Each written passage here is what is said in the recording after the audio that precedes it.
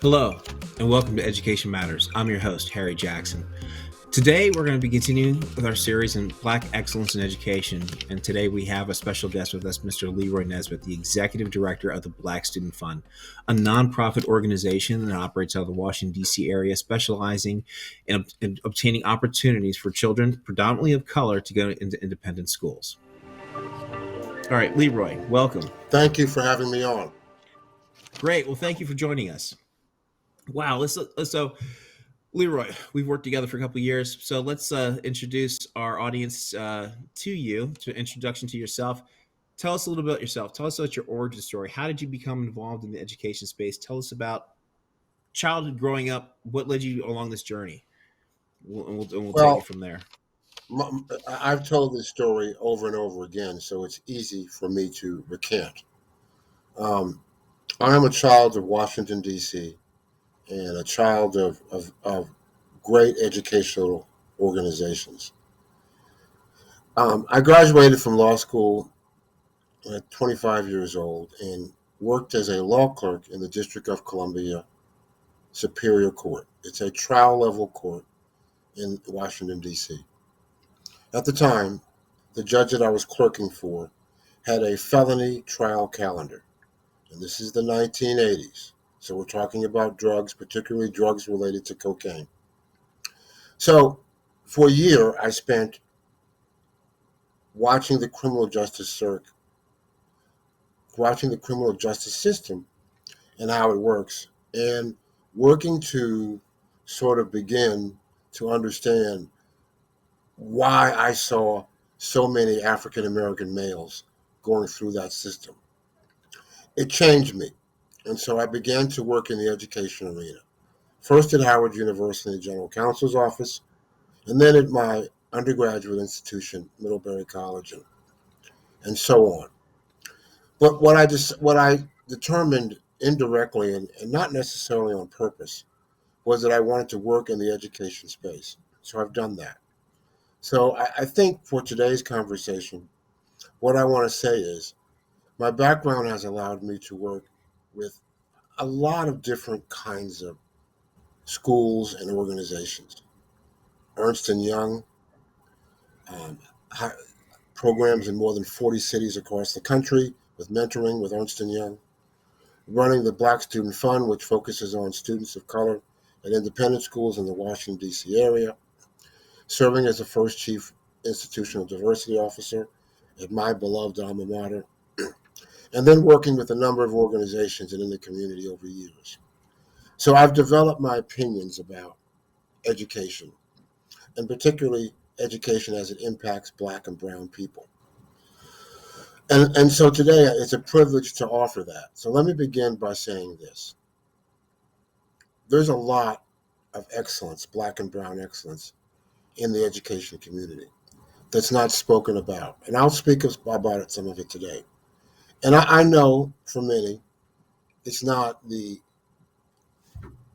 doesn't encumber or include all of the conversation. But I can tell you, Harry, I've spent enough time in difficult schools in difficult cities. And I've spent an equal enough time in very wonderful schools and very wonderful universities working with kids of color. So I've got some opinions. Oh, we'd love to hear them.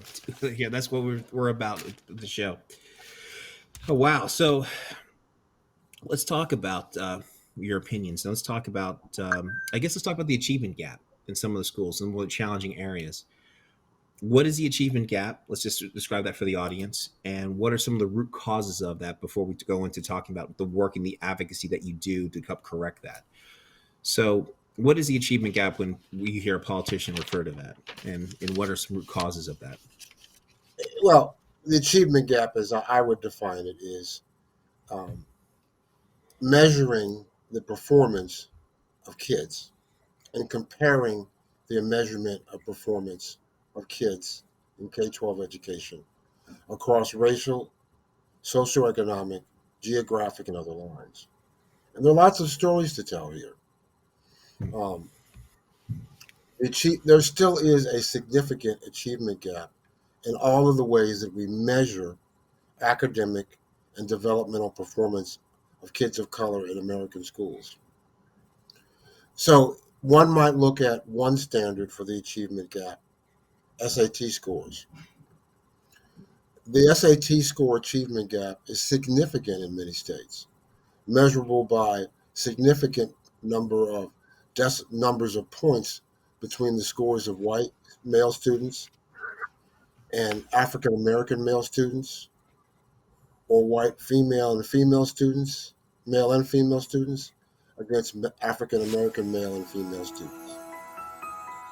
The achievement gap we also see in academic across the line, and we see a lot of the achievement gap as it relates to those who are on the low end of the totem pole or socioeconomic determiners for for special education, for discipline, for remedial educational programming, for remedial work going from high school to college.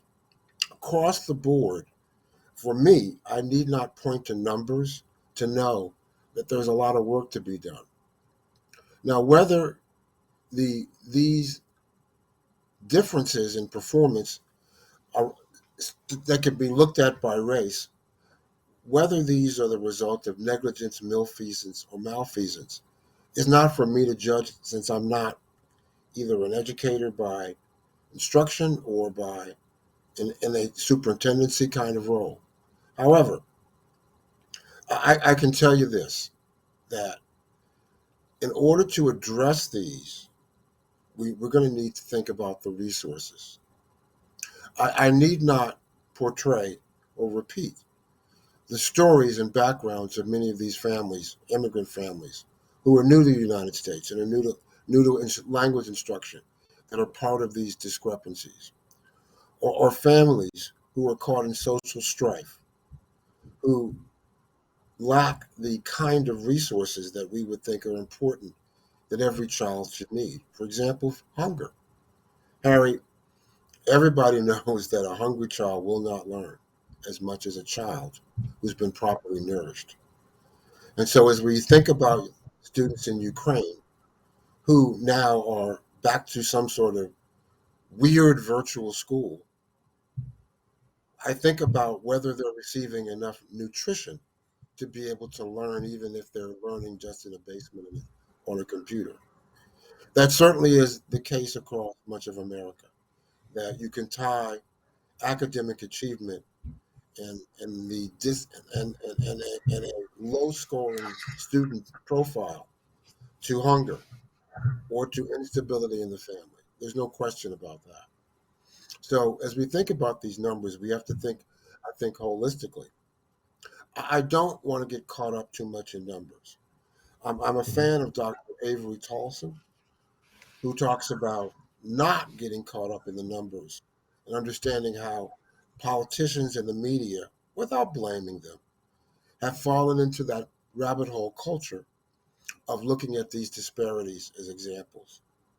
But I do think it's important to note them, but I tend to want to stay away from the numbers and look at the need for holistic input. Now, what do I mean by holistic input to address these disparities? I personally would like to see 10-month school everywhere, everywhere. Now, maybe for many kids, that is an imposition. But for the kids I think about and I worry about, who are below the numbers on the less than 30% side of everything, I think they could benefit from 12 months of in-school activity. It might all be direct classroom instruction. Some of it might be virtual.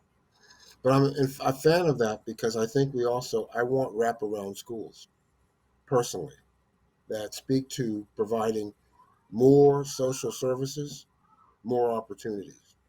We have, for example, Dr. Jackson, since the pandemic, a culture of help that's growing. You know, we all had to help each other with a mask or a smile or a social distance in the last 2 years. George Floyd and other things also caused us to look around at our own humanity.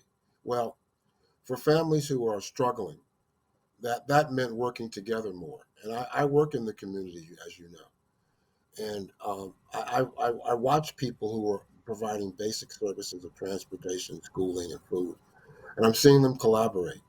What if we gave them more resources through the school to address the social ills amongst the school population? There is a self help culture in America. It hasn't gone away. It's been here. It's wonderful. It's part of our riches.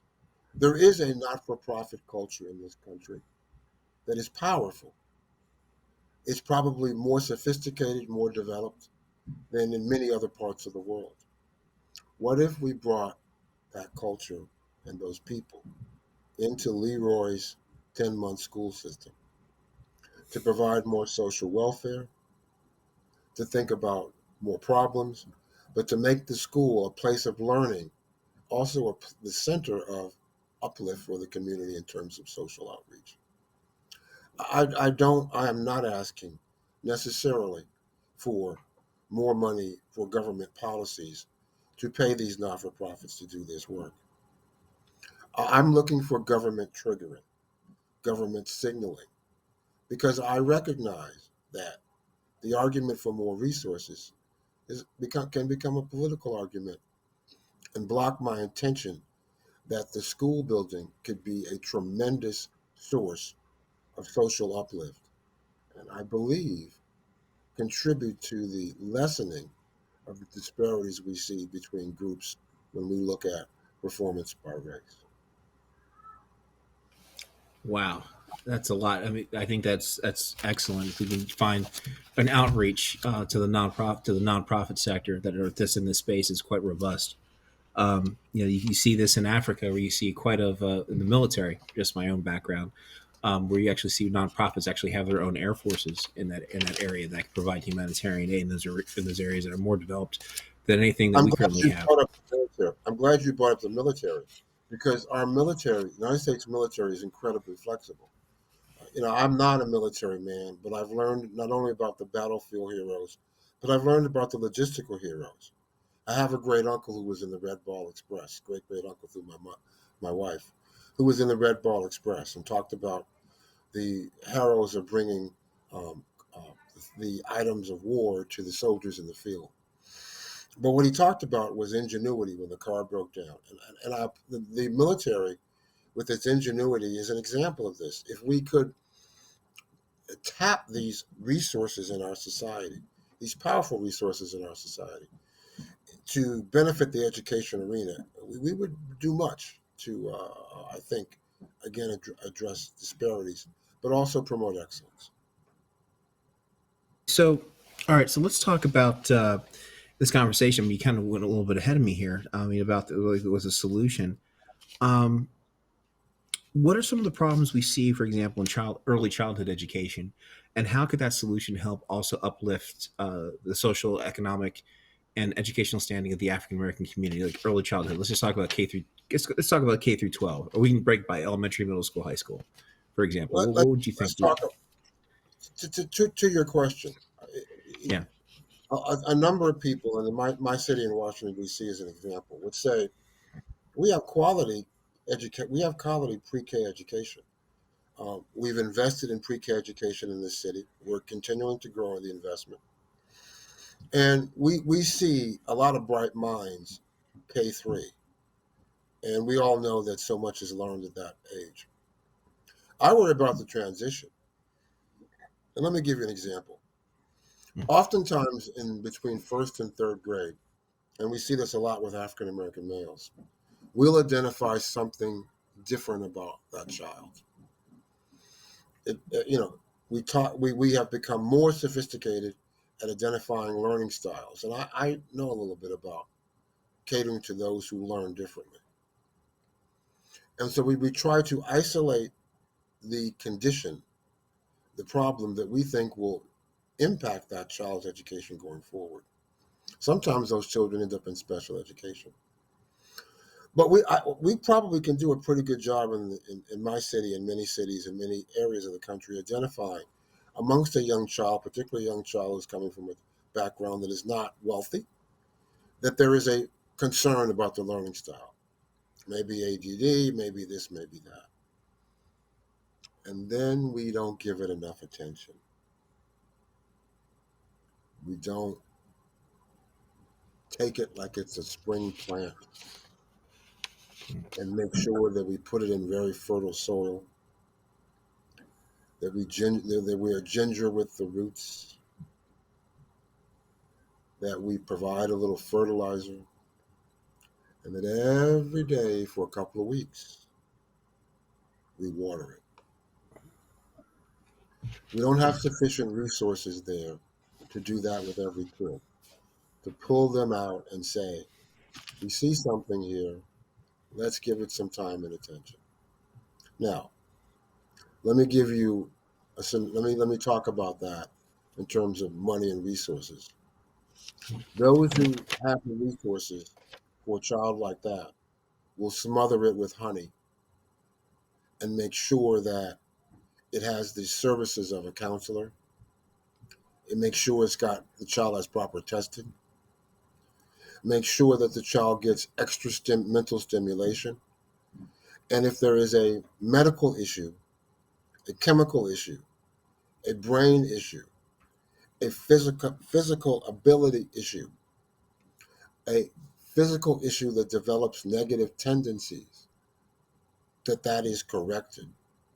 Now, you remember that movie? What was the name of the movie? With Tom Hanks, and he was a boy in Louisiana, and he grew up. Oh, Forrest Gump. Forrest Yeah, Gump. Forrest Gump. You remember Forrest Gump? Of course. Forrest Gump Yes. had braces on his legs, and people didn't know those braces were working. And one day, some woman said when he was being chased, "Run, Forrest, run!" And he ran through those braces. But had he not had those braces before, maybe to strengthen his legs, that boy wouldn't have run like that day. But then he went on to run, and then he went on to run football and track and run across America. And that same child who had braces and who looked like he never could do things other could became a child who outdid people. But it was those braces. We need lots of braces for those kids as they move through that K-12 area, K-3 area, when they're at risk. And that is my long answer to your question about what can we do in that early childhood space. That's one example, but we have to make sure that what we learn about kids in those early years, that we're tender with them and attentive with them. A lot of my answers may speak to additional resources we need for kids. Sometimes I'm speaking about resources we need to acquire. Sometimes I'm talking about resources that are kind of semi in place. We just need to draw them down. I agree with you. And on that note, we talk about matching resources, like untapped resources that are there, that exist. And you mentioned the nonprofit sector. And there's that, and we'll talk about the Black Student Fund in a little bit as an example. So let's talk about, we talked about early childhood education, K through 3. What are some issues that we see, say through grades 4 through 8, middle school students? Let's talk about advanced placement, say gifted education. A lot of middle school area, a lot of public schools start identifying children for gifted programs. Gaps we see there, and we can talk about maybe private. And as we talk about later on in high school, let's talk about private versus public. But let's talk about the middle school years, grades 4 through 8. What are some challenges you see there? Well, certainly one of the things I want people to know is that the middle school piece has changed in America. And for me, It's maybe the most significant change in development, positive change in development in American education in the last 20 years. So my mother was a teacher, and it used to be the joke, you don't want to teach middle school, the hormones are ranging, and da-da-da-da. And there was something about the curriculum of middle school that didn't seem to be exciting for teachers. Now that has changed. We are accelerating. And if you want your child to be um, up to par, if you want your child to be on the verge of excellence, if you want your child to be overachieving, you better now pay attention long before high school. The achievers are showing their heads in middle school. The achievers are taking on new academic challenges that they never did in middle school. And we're accelerating kids faster than ever in middle school. I also think that middle schoolers have become a lot more sophisticated because of technology. The current middle schoolers represent a generation of kids who have had 3, 4, 5G all their life. A generation of kids who have learned to learn through technology. And if we can, adults, those of us my age, 60 and over, can fool ourselves into thinking that these youngsters carrying phones are not acquiring information, knowledges, and thinking styles, critical thinking skills from these machines, then they haven't watched any of the movies from Star Trek to whatever. Because these machines also teach us, even when they're programmed or preset by other adults. So the kids are learning from the machines, and the middle school kids become much more sophisticated. For example, the middle school kid has learned, I don't need to go to the dictionary. If there's something that I just heard that I don't know about it, I want to be more sophisticated about it. I will use my handheld device. Googling it is one piece of that. Talking to their friends is another. Reading blog posts or going to the sources that they trust. So they're branding the information and data that they use to process in middle school before high school. So you ask a high schooler what's their favorite places to go to look at stuff, and then ask them how long they've been, when was that determined? And you might be surprised at the degree to which it happens in middle school. I'm also now a believer that as much as I love the humanities, as much as I love what has happened in the past, that STEM and mathematics learning drive things. For example, you take youngsters and you ask them to do something with something, information. They are more likely to put it into a digital spreadsheet, a mind map, or something of that nature than they are to write a paragraph about it or to make a list. Lists are spreadsheets. Spreadsheets are interactive. And if you look at the spreadsheets that young people make, and I do, I have interns working for me, you see how they organize around numbers and numerically. It's not an organization based upon the order of things that happened or the chronology like we did in the previous generation. It's more of a digital order. So the numbers in a different way will drive it. So we've got to really pay attention not only to STEM learning, but what that means in terms of advancement, what that means in terms of kids being able to tell stories using data and information and communicate themselves in ways that are different. I am excited by it because I see for many black and brown kids their own systems of learning. I think back, I compare them to the World Book kids that we are. You remember the World Book Illustrated Encyclopedia? Yeah, I do. I, I do. Many people had one, and a lot of people who didn't have one used the one in the library of the school or their library that they visited. Those of many of us who were so-called learned and so-called criticize the generality of Wikipedia need to smack ourselves upside the head, Dr. Jackson, because if the World Book said it back then, we believed it was true too, and everything we now know in the World Book wasn't necessarily correct, and a lot of it wasn't Afrocentric at all. Mm. So what I say to people is that understanding how they're using this technology and supporting them the proper use of it in terms of training and organizing your brain. That's why it's so important now for kids to learn on their own with the technology with some structure and guidance from adults.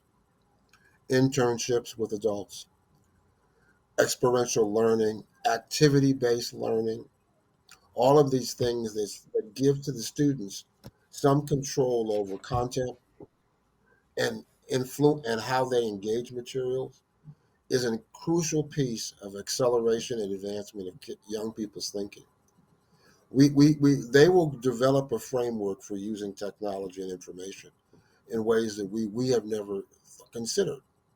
The other thing, of course, is the continual nature of young people, of which I was part of, being a smart head, meaning that you can read 3 or 4 lines on something in the World Book or in Google or Wikipedia and think you know enough about it to engage the subject as you wish.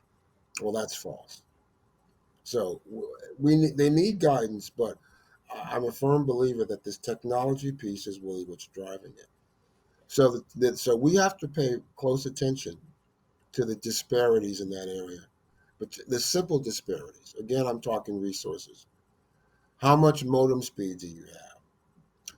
I have a young person we gave a computer to, very talented ninth grader, and she sent the thing back to me. It's broken, and I took it back, and I'm using it, and I'm all confused about how she used it. It's all beat up, keyboard's beat up, which is great, which means she pressed a lot of buttons. The mouse is kind of worn out, but she's got all these apps and different things on it that integrated her learning. And I'm looking at them and I'm wondering how that influences her. Um, I see her using it as a tool. I had an alarm clock. She had multiple alarms built into her system, and the alarms not only controlled when she woke up, but how much time she spent on certain activities. And this we're talking about a seventh and eighth grade. So Wow. the nature of having the technology is extremely important. So broadband, computer access.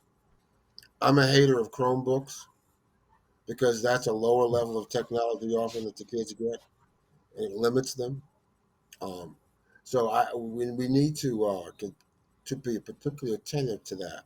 If we can't fix every problem, let's make sure we give kids the tools to fix it for themselves. That's very insightful. Particularly, you have a lot of big techs, particularly in the East Coast here. You got Amazon, that's right down the street, the headquarters, the second headquarters that they have here in Arlington, and they're looking to invest in education. I was going to talk about And high school, but I kind of Harry, they are investing. Harry, organizations like yeah. Amazon and others are figuring out ways to recruit highly talented black and brown kids right now Wow. to get to them before they and brand for them in terms of their employment even before they graduate from high school. Wow. Before we talk about BSF, really, let's talk about some of the challenges in high school because I think you specifically address this issue. You address it at all levels, but what are some issues that we see in high school grades 9 through 12, and we can even include college in this one. Well, I have a concern about curriculum and content, and I need to be careful here because I'm not a PhD in education. I'm an old country lawyer, but I do believe that we need to spend a lot of time talking about curriculum. We need to think about curriculums that don't have to span the traditional time spans that they have. So I've got kids, sixth grade kids who are doing algebra, seventh grade kids in my organization doing algebra, which is phenomenal and great. But I've got eighth and ninth grade kids doing algebra. A ninth grade kid or 10th grade kid doing algebra, as we know, can't progress through to do upper level mathematics in a 4-year traditional high school program. So we need something different because we still need to give those kids who are taking algebra in ninth grade an opportunity to see calculus before high school. And that usually does not happen if you're in ninth grade algebra. So we need to think about restructuring there. I also believe that we need to give these COVID kids a break. Now, I'm going to get in trouble here, but I'm going to say it. You know, For the last 2 or 3 years, their lives have been uprooted and changed in terms of their learning habits. Um, Sometimes it's worked to the better, sometimes it's not. One of the simple better things about virtual school during COVID is many more kids got more sleep. Many of our kids need more sleep um, to be better academic students. They're traveling 45 minutes, 50 minutes to school. The school days are long. They're involved in more activities. There's a lot of regimented structure, and so they need more sleep. So the opportunities that have come up have given them more sleep. In addition, I one of the things I think, Harry, that we ought to think about is maybe they don't need to have to be rushed to college at 18. Maybe some of these kids who suffered through COVID, who've had quote unquote learning loss, I'm not sure what that means, but maybe some of them can be allowed to have another year to develop, another year of focused instruction. I think we need to think outside of the box for those kids in terms of traditional timetables. Um, Many people, you've heard me tell the story of my daughter who was not crippled by COVID, so to speak, but the time that allowed her to grow by not going immediately to college. But I also have students who, in the COVID years, have accelerated themselves tremendously and have gone to college at 17 because COVID has given them the ability to learn virtually, and learning virtually means you can go as fast as you can. So I think that we ought to think differently about timetables. I think we have to figure out a way to possibly have classrooms of multiple age students who group together because of learning needs. I think that we ought to go to the homeschool people that have grown.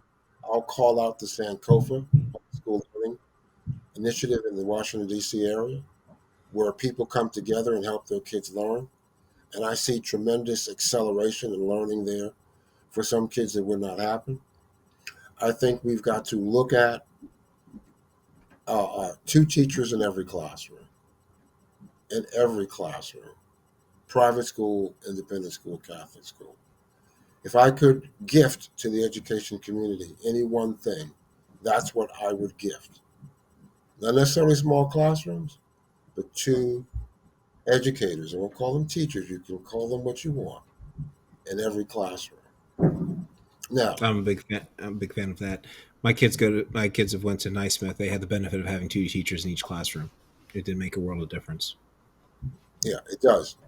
I think it does, and I also think we can that when if you can consider the culture created by one teacher in a classroom, but consider what happens if you have two collaborating teachers. I mean, you might have a good cop, bad cop classroom. You might have a hand holder, hand padded classroom. The ability to create different personalities in the room by using the different styles of the people who were in the room, I think also has some great potential.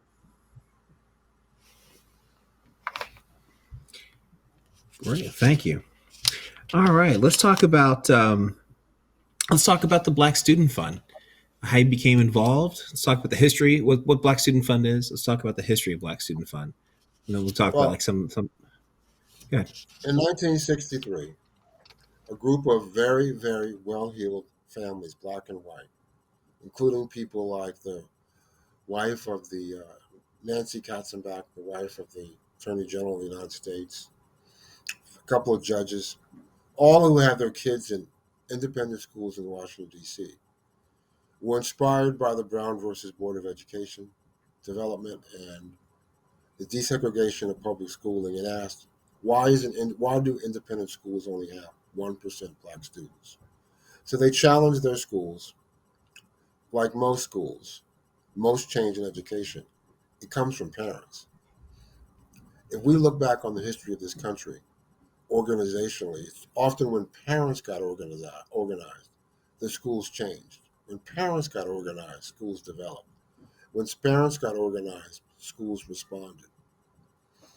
It's a wonderful tradition in this country in terms of parental influence of something that's governmental in a sense.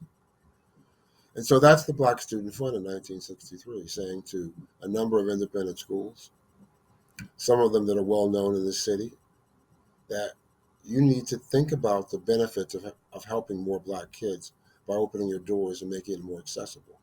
But even more importantly, what they thought was as equally as important was the idea that a Black and white classroom produces more excellence. They were 40 years ahead of the time because that's now what we say. We are clear. The scholars are clear. The heads of school are clear. The schools are clear that students in a classroom that is multicultural and is sensitive to that is the classroom is going to produce more academic excellence, more critical thinking, and certainly more opportunities for people of color to fully benefit from American society. So that's kind of what the Black Student Fund is about. We work to make sure that independent schools, and I see here Madeline Albright was a member of our board for, not during my tenure, of course, but a member of our board up until she was no longer able to because of government positions. Hmm. But she spent a lifetime actually fighting for these issues, understanding the importance of it. But from the spirit of integration of independent schools, has morphed, our organization has morphed to an organization working for Black excellence. All of our kids, of course, go to college. All of our kids, 1/3 of our kids have advanced degrees. But what I realized was this organization developed a knowledge base, a service orientation toward what I call very smart Black kids, and that's how I came to it.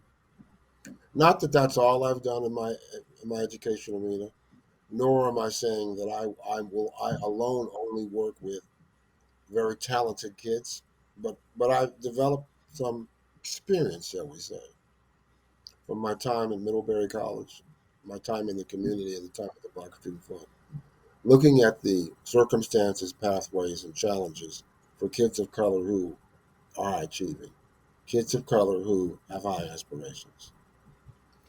And let me So, close by saying that's really what I believe is the core. That's the molten lava in our students. That's the fire. The fire is high aspirations. Dr. Jackson, I'm not talking about top shelf. I'm talking about ultra shelf. so what are some of the programs that you're currently working on right now, or do you looking to expand? And what do you plan for the future? I'm sorry. What are you working on now, and what do you plan on doing? Well, our core function is to help people access the best schools they can. In my case, it's largely independent schools, but we get 600 calls a year at my office for people who just want advice about getting their child into a great school. Mostly it's independent schools, but sometimes it is public and charter schools. And it's giving them the resources. And so that's number one on our list is just continuing to provide that guidance, service, and consultation because it seems to fuel the aspirations. I can hear a mother's dreams. I can feel a mother's dreams grow and blossom as I tell them, no, that's not the school, but your child sounds like you want to go to this school over here. And as I tell them about this all male school or Catholic school or parochial school or left of left progressivist school, I can hear in their voice excitement about the possibility that that school and its environment might be perfect for their child's blossoming. So that's job number one is keeping that alive. I don't want to turn the corny phrases, but Jesse Jackson said it well. I'm trying to keep hope alive because what I've learned is that a number of our parents, all too often it's mothers, not enough fathers like yourself. You give them the gas and they are off to the races. You give them the information and they will seek the target. You give them the scholarship money and they'll make it happen. So that's number one. Number two is it programmatically is our school fair. Our school fair is a 40-some-year-old tradition of bringing people to the DC Convention Center in a simple format of school, K-12 schools behind a table, and BSF members, families talking to them about their schools. If you want, you can click on the school fair, and you will see. You'll pull it up. Yeah, there it is. We have it every year in October, and we're now doing virtual versions of this event, which is an in-person event, but becoming a virtual version. Third is a new kind of programmatic thing, talking about science, technology, and technology learning. And I talked about this a little bit earlier. It's equipping kids with opportunities. Dr. Jackson, I want to call the name of Mr. Toussaint Tyson, one of my staff members, who we were sitting in a McDonald's, and he showed me this car race. He was showing me about racing cars and how we could teach kids about science and motors by racing cars. And I said, "Aren't you a lawyer like me?" He said, "Yeah." But I'm glad I listened to him and allowed him to learn how to do that. He has done it well. He has He has taken our services and used us as a platform to bring services to charter schools, the first charter school in America, where kids are living. It's a boarding charter school, so to say. I don't want to call it residential because I don't like some of the attachments of that term, but a boarding school, basically, public charter school. BSF member schools on Saturdays teaching Python. But what we've learned is that we really got to teach the kids not just about STEM, we got to teach them STEM. We got to teach them math, we got to teach them coding, and we got to give them exposures to learning things like ID Tech, which is a company that we collaborate with that offers us free learning for kids to go and learn specific things. But we want to drill down and get them to learn specific things. Having been at Middlebury College for many a year as an alum and as a student and a former staff member, I know about teaching people foreign languages. And I know about this famous man named Stephen Freeman who perfected language learning. And he taught me, not languages, because he actually fought in World War One. But I got a few minutes with him. And he explained to me how learning one language could lead to another. I've taken that belief and that philosophy into technology learning. So we may talk about Python, or Tyson may talk about Python, and then we're talking about what are the skills they learn to learn something else, or how can they learn what they learned about Python to make their own game. We started out with a simple thought: don't play games, make games. Learn how to make games, and then you learn so many more things. So we've expanded beyond that in many ways programmatically. But that's still a core, which is to teach kids, drill down on these technology skills, particularly for these talented kids who really, when you give them a computer, time, and a few instructions, and a little motivation, like a gift card or a little bit of ice cream, they will take it to places where you didn't knew nothing about. So we're proud of our participation with ID Tech and being able to offer kids top-notch technology learning. So where can, if a parent wants to contact you or organization, where will they go to find out more information? Mail at blackstudentfund.org. MAIL at blackstudentfund.org. But also, And your yes. we're old-fashioned. 202-387-1414. 202-387-1414. And look, folks, just Google Black Student Fund, get our phone number, email, and reach out to us. Hit me up, and we'll direct you like we do to services and opportunities. We got some fun things on our website. You just zoomed in on We Radio. Can you click on that for a second? Yeah. Right at the top, there's a little button called We Radio. This is what I'm talking about in terms of excellence. I'm concerned about. I listen to all kind of music. I'm not going to be a curmudgeon, but I met Uncle Devin, and he said we got to give our kids appropriate music for them to think about. So we have we radio 24 hours a day, children-centric programming, Afrocentric programming. It's not dumbed down children's music. It's it's uplifting lyrics to the same old music, but it's also learning lyrics. So I mean, we should be feeding our youngsters, Excellent. like K3 kids, that stuff too, while we're talking about being a collaborator. Give them the That stuff. is These that is kids this, amazing. Yeah. and I they will mean, take because you the only place you won't get the believe. only radio yeah, the only radio friendly music we really have is Channel 46 on Sirius, and that it's not. You're right. It's not stimulating. Yeah, I certainly don't want my kids to, model their Also, lives after what you hear on I the mean, music. great stories about educators in the world that our kids find. Uncle Devin, who put that wee radio station together and has his own kids network, is up for a Grammy with the group. And it's all five members of color.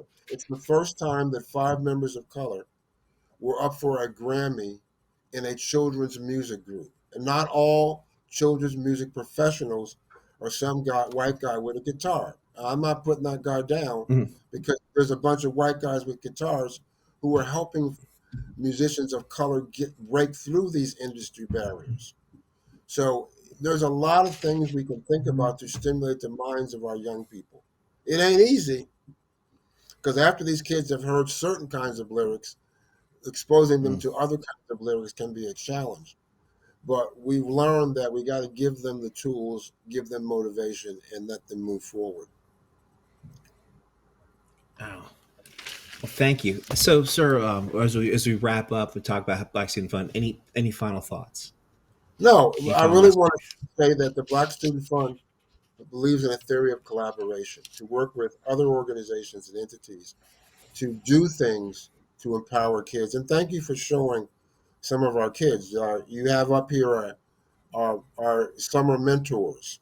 What we did during what we did during COVID was brought these young people who have been part of my community in. Miles Lewis is a PhD candidate in mathematics in the University of Alabama, and Michael Colinaldi is a master's student at University of Maryland, and Archie Russ is a scholar athlete at Yale, and Amber Stone is a finance student at school in New Jersey, and Colby Baylor is at Ohio State. All of these students, they are peer mentor tutors during the summers and during the year to our kids in math. Not necessarily kids who are remedial. Let me be clear. Have them working mostly with kids to continue to push them to be above grade. Thank you. Well, thank you, sir, and thank you for joining us. It's been a Look forward pleasure, to and look. I want to thank you for having a week long, having a multi conversations. I don't want my conversation to close. I'll just say we're ending here. But thank you, Dr. Jackson, for it because, and I want to say to all before I close, I travel all across the country, colleges the last 20 years, high schools. People are constantly asking me where to find talented kids. So what I realized was that if they were telling me to find them, they were out there and we weren't paying enough attention to them. Black excellence is very, very much alive. Thank you. That is very very uplifting. Well, our audience, we have Mr. Leroy Nesbitt from the Black Student Fund. Thank you, sir. We hope to have you again on the show. I'd love to come back. Thank you for your service. Thank you. Okay.